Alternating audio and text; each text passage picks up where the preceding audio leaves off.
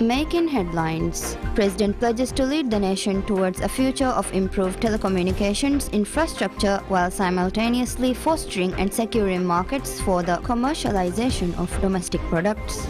Cities Minister underscores the critical role of optimizing communication facilities to alleviate the isolation experienced by islands across the nation. President reverts the 9th Amendment Bill to the Maldives Land Act to Parliament for further consideration.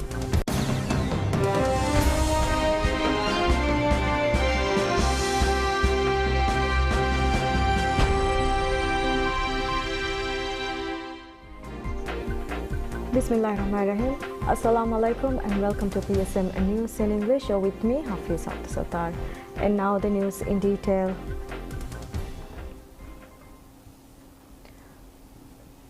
President Dr. PSMNEWS pledges to lead the nation towards a future of improved telecommunications infrastructure while simultaneously fostering and securing markets for the commercialization of domestic products.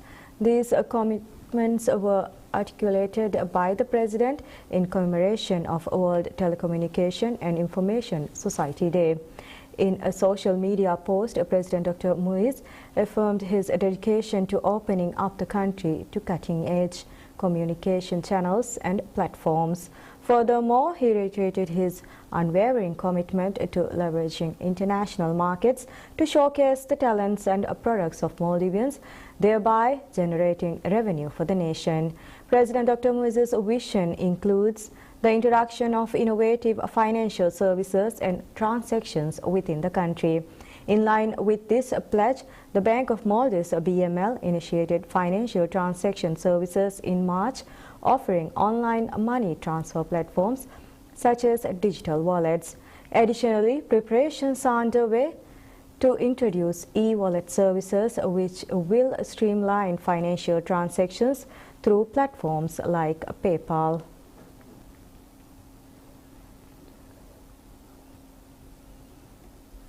Minister of Cities, Local Government and Public Works Adam Sharif Umar underscores the critical role of optimizing communication facilities to alleviate the isolation experienced by islands across the nation. He made the remarks commemorating the World Telecommunication and Information Society Day. Marking the occasion, Minister Adam emphasized the paramount importance of harnessing communication technologies for sustainable national development, particularly in countries with limited geographic expanse like the Maldives. Despite being classified as a developing nation, Minister Adam acknowledged that the Maldives grapples with challenges akin to those faced by least developed countries, citing the impediments posed by the dispersed nature of its small islands, which hinder the nation's overall progress. Moreover, Minister Adam stressed the imperative of effectively leveraging communication advancements to mitigate island isolation. He highlighted the intertwined nature of the telecommunications industry with daily life, underscoring the necessity of maximizing its potential to overcome development hurdles. Notably, he pointed out the migration of numerous services to online platforms and the integration of artificial intelligence into various sectors. While advocating for the prudent utilization of technology, Minister Adam cautioned against potential adverse consequences and outlined ongoing initiatives to bolster communication infrastructure. These efforts include the installation of additional submarine fiber optic cables aimed at elevating global communication standards. Furthermore, he disclosed the ministry's commitment to advancing the telecommunications sector in line with the directives of President Dr. PSMNEWS. President Dr. PSMNEWS reverts the 9th Amendment Bill to the Maldives Land Act to Parliament for further consideration. This bill, which seeks to establish a criteria for recipients of residential land and mandates that land be allocated within 3 months of the publication of the permanent list of recipients in the Gazette, was initially passed during the 22nd sitting of Parliament's first session this year and sent to the President's office for ratification on May 2nd. In returning the bill, President PSMNEWS invoked Article 91A of the Constitution, which grants the President the authority to return legislation to Parliament for reconsideration. The President's office have confirmed this, indicating the need for further review and potential revisions to the proposed amendment.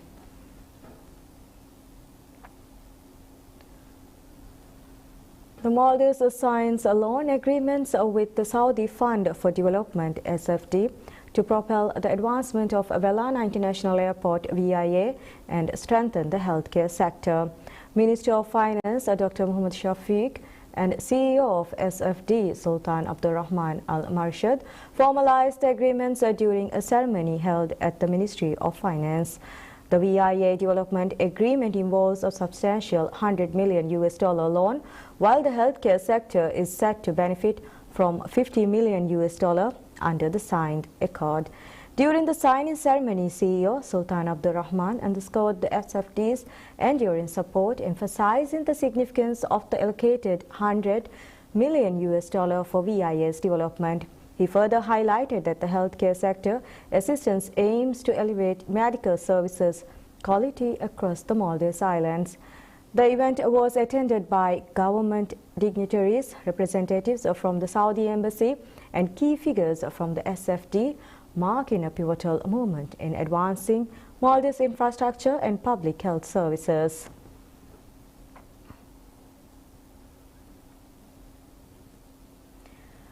Minister of Health Dr. Abdullah Halil emphasizes the forthcoming implementation of stringent sampling and testing protocols of food imports into the Maldives.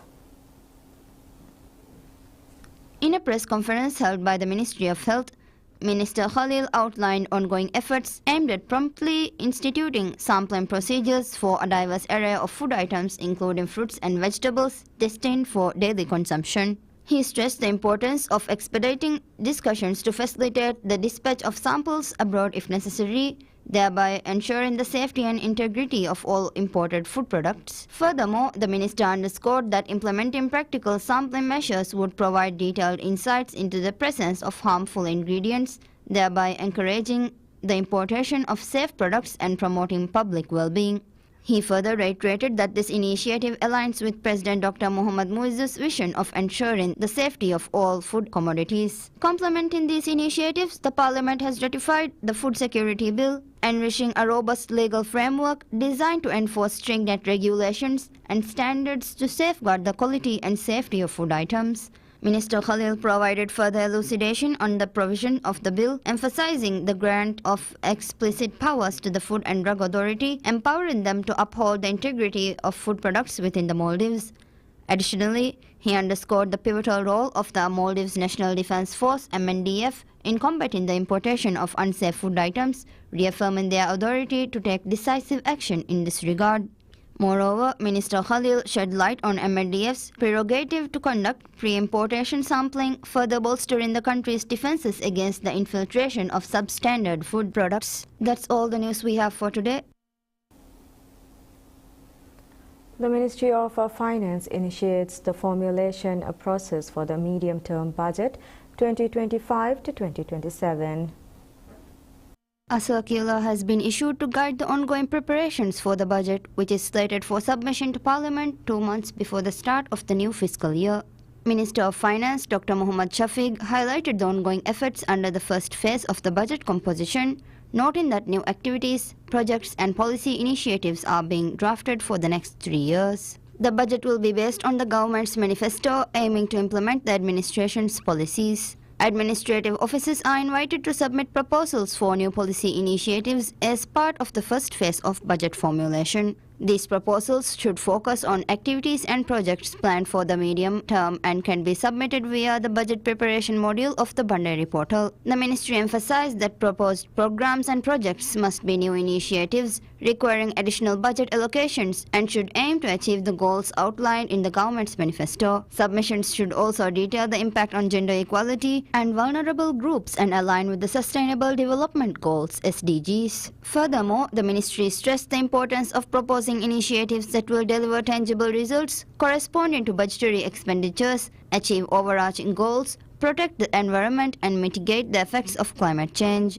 Ceilings for new policy initiative submissions have been established.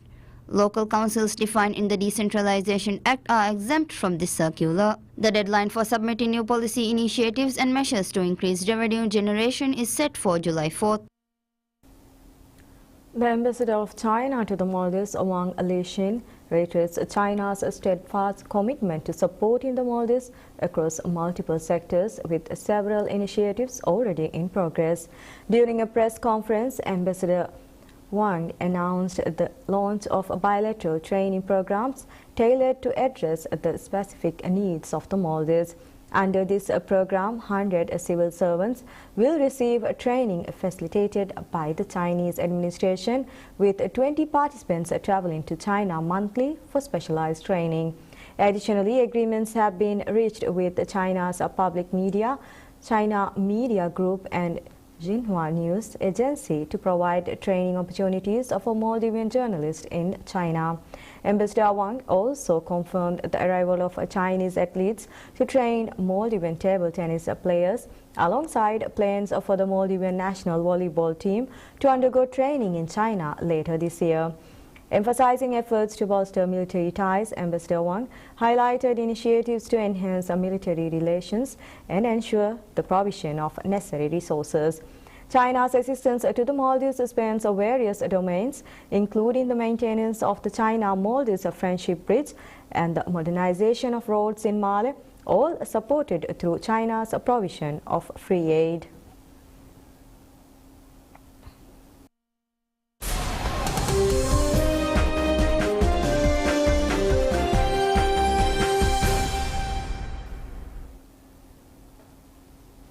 According to the World Economic Situation and Prospects mid-2024 update, global economic prospects have improved since January, with major economies avoiding a severe downturn, bringing down inflation without increasing unemployment.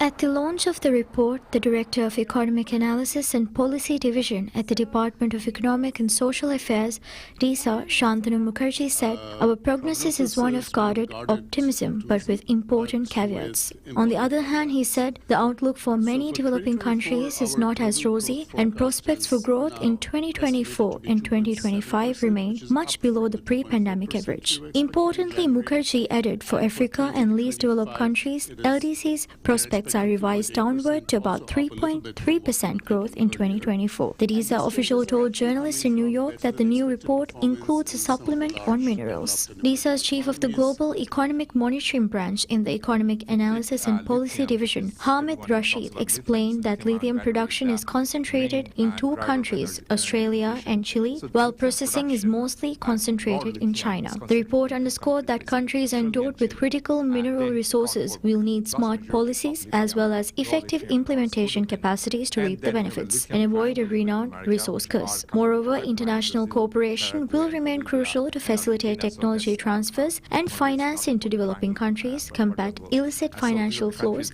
and ensure the supply of the critical minerals needed for the green transition.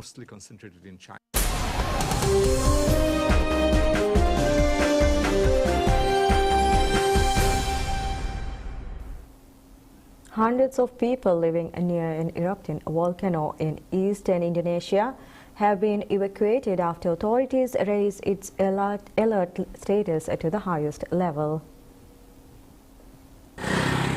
Authorities have elevated the alert status to the highest level after two massive eruptions were recorded in consecutive days. Our correspondent on the ground reports that the residents in 7 villages surrounding Mount Ibu are being relocated to shelters as a preventative measure. Mount Ibu, shrouded in ash and smoke, has unleashed plumes reaching a staggering 5,000 meters into the sky. With the safety of residents in mind, officials have established an exclusion zone extending 7 kilometers from the volcano's crater. As the situation unfolds, the volcano continues to spew volcanic ash reaching heights of 4,000 meters. The country's geology agency has urged both residents and tourists to steer clear of the 4 to 7 kilometer exclusion zone and to protect themselves with face masks due to the risk of ashfall. Mount Ibu's recent activity underscores the ongoing volcanic and seismic challenges faced by Indonesia, situated within the Pacific Ring of Fire, with more than 21,000 eruptions recorded last year alone. The region remains highly susceptible to natural disasters. This This evacuation comes just after weak Mount Rang's eruption in North Sulawesi, which prompted the displacement of thousands of residents. While Mount Rang's alert level has been downgraded, the situation with Mount Ibu remains critical.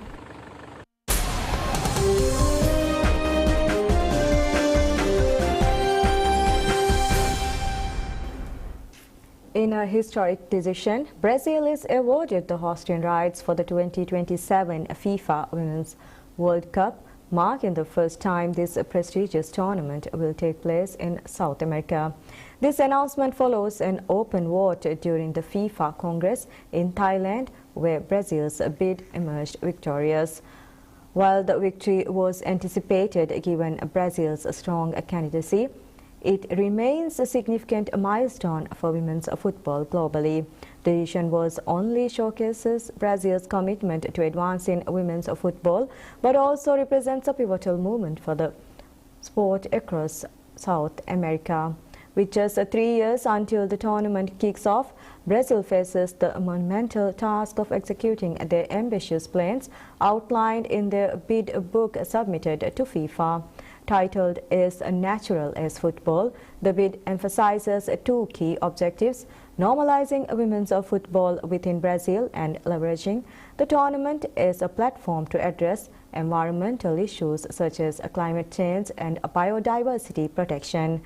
Central to Brazil's vision is the aim to increase participation and engagement in women's football at all levels while ensuring financial stability.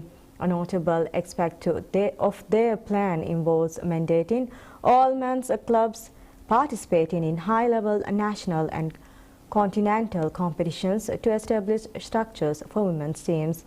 While specifics regarding these structures remain unclear, Brazil has set targets with CONMEBOL to expand the number of women's teams across the country. Despite the strides made in recent years, Brazil openly acknowledges its past challenges, including the decades-long ban on women's football enforced by law until 1979.